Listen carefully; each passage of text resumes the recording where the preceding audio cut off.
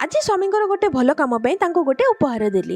Hello hello समस्त को आजिकल दुनिया देखिले टिके डर लगे। दुनिया जिते आग को बढ़ुचे ट्रांसपोर्ट सिस्टम सेते अधिक बढ़िबार लगिलानी।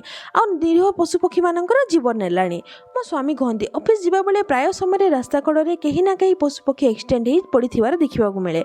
आ बहुत दिन धरी सेमिति ही पड़ी रहती। सकाळ सकाळ एमिति दृश्य देखिले मध्य मन बहुत खराब हो जाए।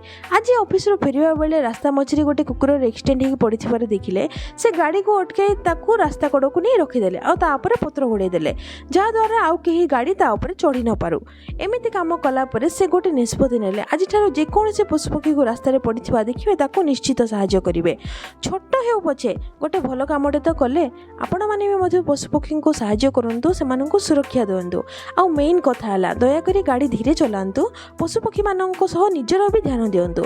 ए विषय में आपण मान मतामत कौन कमेंट निश्चय जनइबे। वीडियो भल लगे लाइक कमेंट और सब्सक्राइब करदेवे। रहिले हरिओम।